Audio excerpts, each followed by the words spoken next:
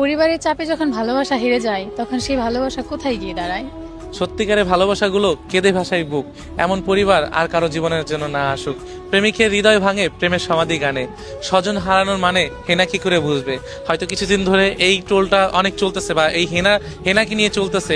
আসলে বিষয় কি, সত্যিকারের ভালোবাসাগুলো এরকম আমাদের জীবনে অনেক হেনায় আসে, যখন কথা দেয় তখন পরিবারের চাপে, যখন আমাদেরকে ছেড়ে চলে যায় তখন আমাদের নিঃস্বার্থ ভালোবাসাগুলো হেরে যায়। তখন বাবা হয়তো মেয়েকে বোঝায়, তুই যদি এই বিয়েটা না করিস তাহলে আমার বিষ খাওয়া ছাড়া কোনো উপায় নাই। তখন ওই মেয়ে বাবার মুখের দিক তাকিয়ে চিন্তা করে, যদি আমার বাবার কি, যদি কিছু একটা হয়ে যায় তাহলে আমার পরিবারের কি হবে, আর আমার পরিবারের কি হলে আমার মার কি হবে, আর আমার মার যদি কিছু একটা হয় তাহলে আমার ভাইয়ের কি হবে, আমার আত্মীয় স্বজনে কি হবে। এমন চিন্তা করে অনেক হেনারে না ভালোবাসাটাকে বিসর্জন দিয়ে প্রেমিকের বুকে ছুরি মেরে হয়তো অন্য জায়গায় চলে যায়। আমরা হয়তো এগুলো বুঝি না, কিন্তু একটা জিনিস কি, বাবার বা পরিবারের মিথ্যা অভিনয়ের কাছে একটি সত্যিকারের ভালোবাসা হেরে যায়। এমন অনেক হেনা আছে, হাজারো হেনা আছে যে সত্যিকারের ভালোবাসাগুলো ছুরি মেরে হয়তো অন্যের জীবনে চলে যায়। আর এদিক দিয়ে প্রেমিকের অবস্থা খুবই খারাপ হয়ে যায়, নিঃসঙ্গভাবে কাটে তাদের জীবন। একজন প্রেমিকই জানে যে ভালোবাসার মানুষটাকে হারানোর যন্ত্রণা।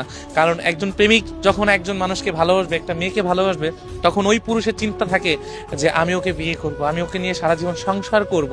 হয়তো সে বাঁচতে চায় বৃদ্ধ বয়স পর্যন্ত, কিন্তু সেই মানুষটাকে না পেয়ে 70 বছরেও সেই মানুষটাকে ভুলতে পারে না। 70 বছরে এসেও এমন হাজারো পুরুষ আছে 70 বছরে এসে ভালোবাসার মানুষটিকে বলে বেড়ায় যে আমি অমুক নামের একটা মানুষকে খুবই ভালোবাসতাম। এমন হেনা অনেক পুরুষের বুকে আছে যে 70 বছর হয়ে গেছে বলতে পারে না। তো পরিবারের মিথ্যা ভালোবাসার চাপে আজও অনেক পুরুষ চোখের জলে ভালোবাসার মানুষটিকে মনে করে। কিন্তু দেখেন, একটাবার কি চিন্তা